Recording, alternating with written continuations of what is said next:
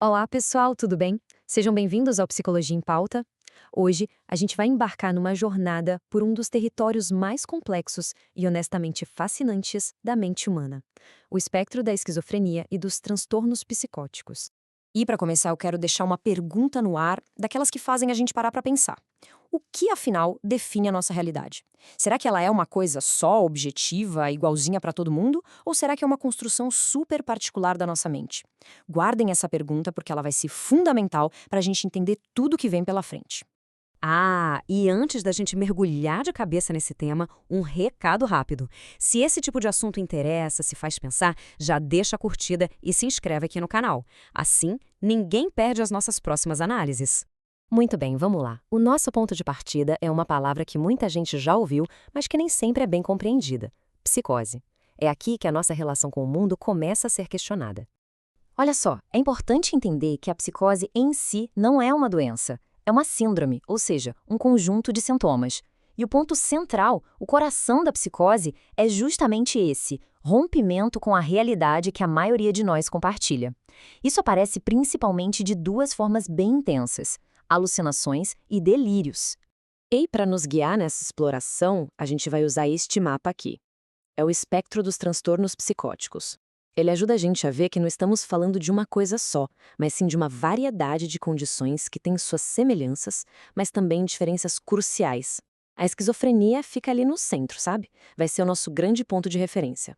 Bem, para a gente conseguir navegar nesse espectro sem se perder, a gente precisa primeiro entender a linguagem dele. Vamos falar sobre os tipos de sintomas que formam essas condições. Agora, presta atenção aqui que essa parte é super importante. A gente divide os sintomas em positivos e negativos.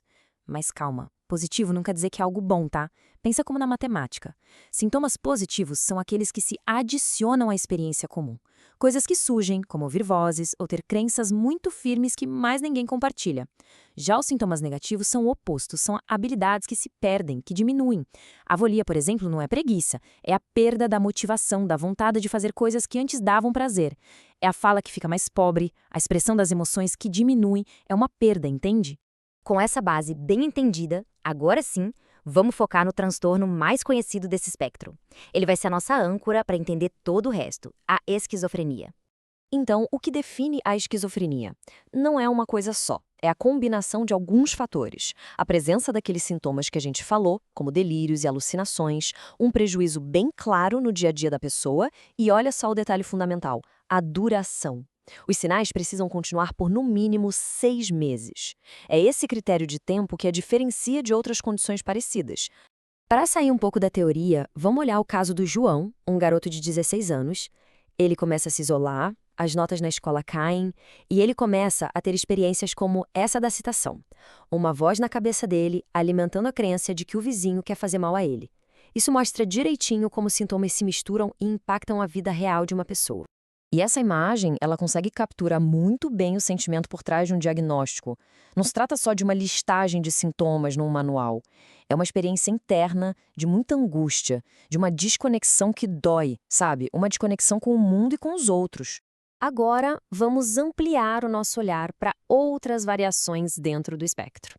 A gente vai ver como o tempo, o relógio, é o grande juiz que diferencia uma da outra.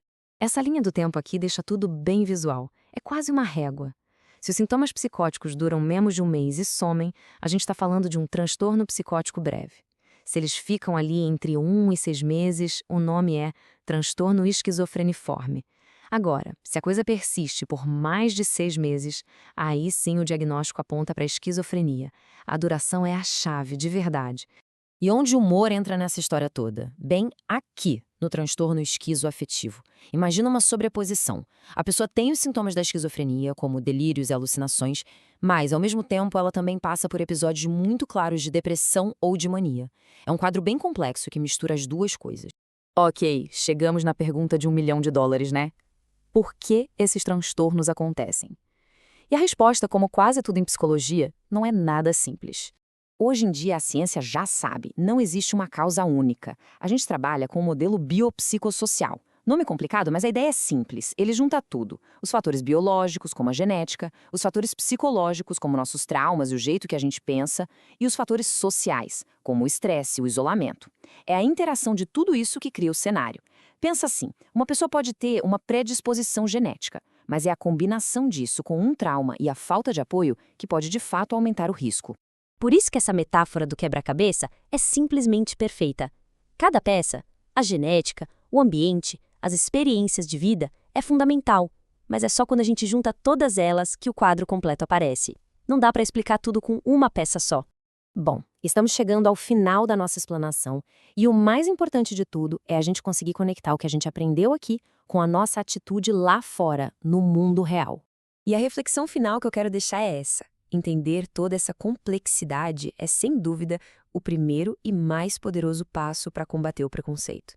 Quando a gente consegue enxergar a pessoa por trás do rótulo, com a sua história, com a sua luta, a gente naturalmente troca o estigma pela empatia. A pergunta é, como podemos fazer isso de forma mais ativa na nossa sociedade? Fica aí pra gente pensar. Pessoal, se essa análise ajudou a clarear um pouco as ideias sobre um tema tão denso, não esqueçam de curtir e compartilhar com quem também possa se interessar. E o mais importante de tudo, deixem aqui nos comentários qual outro tema da psicologia vocês acham que merece uma análise como esta. A gente se vê na próxima.